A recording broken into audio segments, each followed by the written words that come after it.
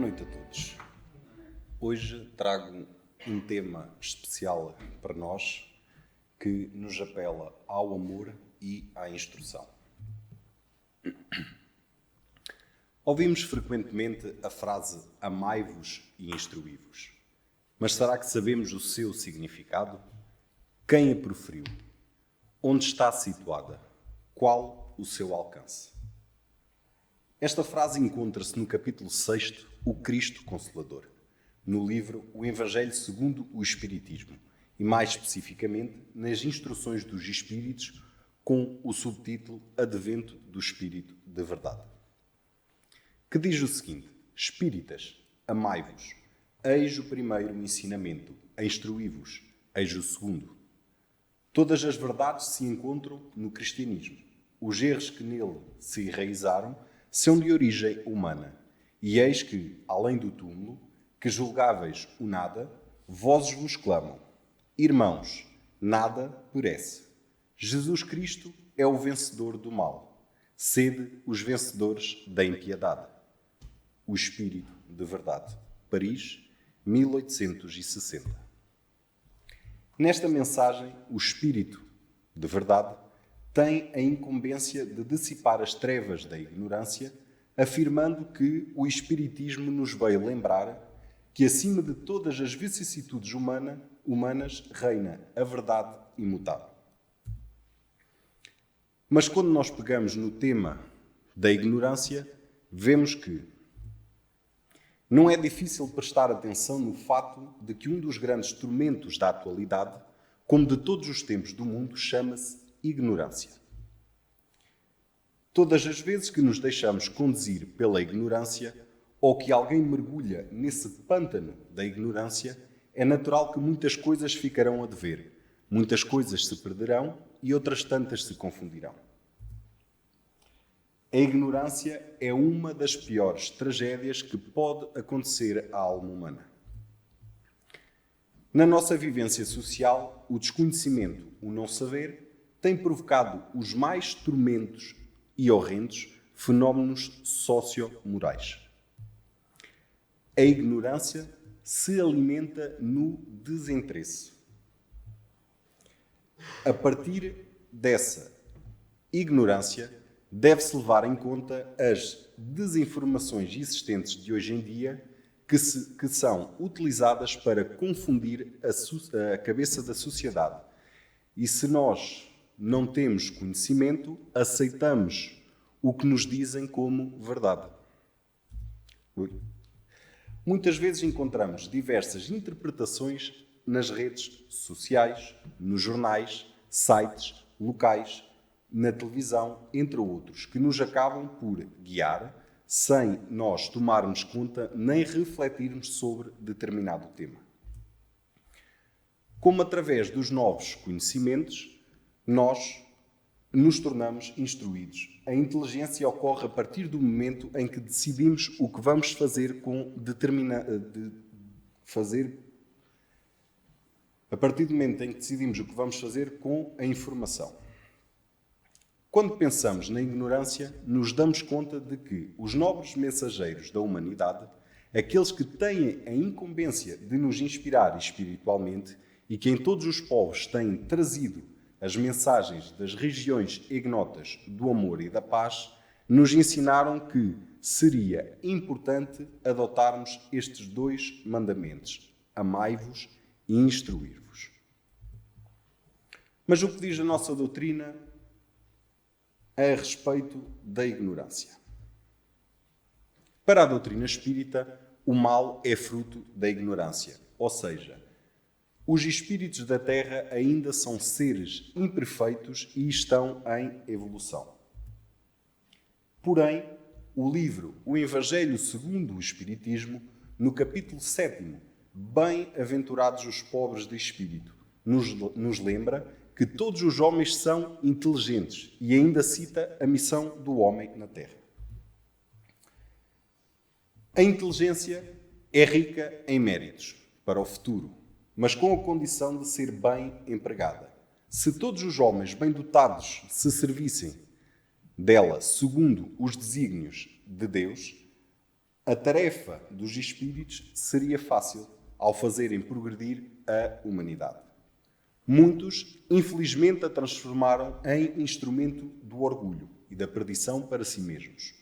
O homem abusa de sua inteligência como de todas as suas faculdades, mas não lhe faltam lições advertindo-o de que uma poderosa mão pode retirar-lhe o que ela mesma lhe deu. Essa mão poderosa é a mão de Deus. Assim sendo, ao transformar a inteligência em instrumento, o homem acaba conhecendo as consequências e, caso continue praticando o mal, se torna egoísta. O egoísmo está ligado ao uso indevido da inteligência. A doutrina espírita é esclarecedora, além de orientar e educar. O campo de estudo é enorme e, assim, o nosso grande desafio é o aprimoramento moral, ou seja, a reforma íntima, que só se consegue através do conhecimento que adquirimos, ou seja, da nossa instrução. Quando pensamos nesta dualidade, amai-vos e instruí-vos, certamente que passamos a imaginar a instrução académica. Cada espírito reencarnado poderá fazer cursos académicos. É importante o estudo em geral. Os cursos académicos são importantíssimos quando bem feitos e com bons propósitos. Eles penetram o nosso cérebro e nos ajudam a ser pessoas úteis na sociedade. Mas a instrução a que os nobres espíritos nos direcionam não é somente a instrução académica. É a instrução-reflexão. Criarmos o hábito de pensar nas coisas, criarmos o hábito de questionar as coisas, de indagar para melhor entender. Assim, entendemos como instrução a ação de transmitir conhecimento ou ensinar alguma habilidade. Conjunto dos conhecimentos que se adquirem. Esclarecimento de como agir ou fazer a quem está incumbido de realizar um trabalho ou missão. O processo de instrução começa no dia-a-dia, passando pelas experiências educacionais, livros, palestras, cursos, ou seja, tudo o que está à nossa volta. E assim vamos filtrando e assimilando o que é bom e o que nos faz melhor. A vida é muito curta para perder tempo com futilidades. Precisamos nos educar e usar o nosso tempo com as coisas que venham somar a nossa evolução, tais como amar, trabalhar e aprender. A evolução é feita por duas formas. A primeira e mais importante, sem a menor dúvida, é a da moralidade, baseando-se no amor maior. E essa é a mais difícil de conquistar, pois é o motivo maior da nossa existência. Vencer os sentimentos negativos, sair do círculo vicioso e ir para um círculo virtuoso em nossas vidas. A segunda é o conhecimento de si e do meio em que vivemos. Esse exige de nós vontade, persistência, muito suor para aprender. O importante é que o conhecimento sem amor se torna algo frio. E não é assim que o Espírito de Verdade nos quer ensinar no texto do Evangelho. É importante que todos nós entendamos que a proposta do Espírito de Verdade não é a instrução na sua forma tradicional, competitiva, comercial e de orgulhoso saber, mas sim uma sede de conhecimento alicerçado no trabalho e na renovação íntima tão necessária hoje e agora, e principalmente pelos momentos que nós vivemos, como a pandemia, a guerra, que nos impulsionam à mudança e ao amor. Nós não vivemos apenas de conhecimentos. Os conhecimentos são importantes para nós, mas o que será o conhecimento sem amor?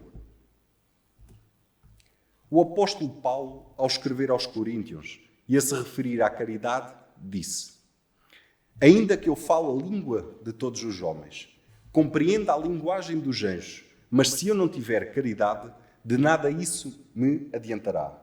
Porque eu serei um sino que soa, que faz barulho, mas que não tem vida.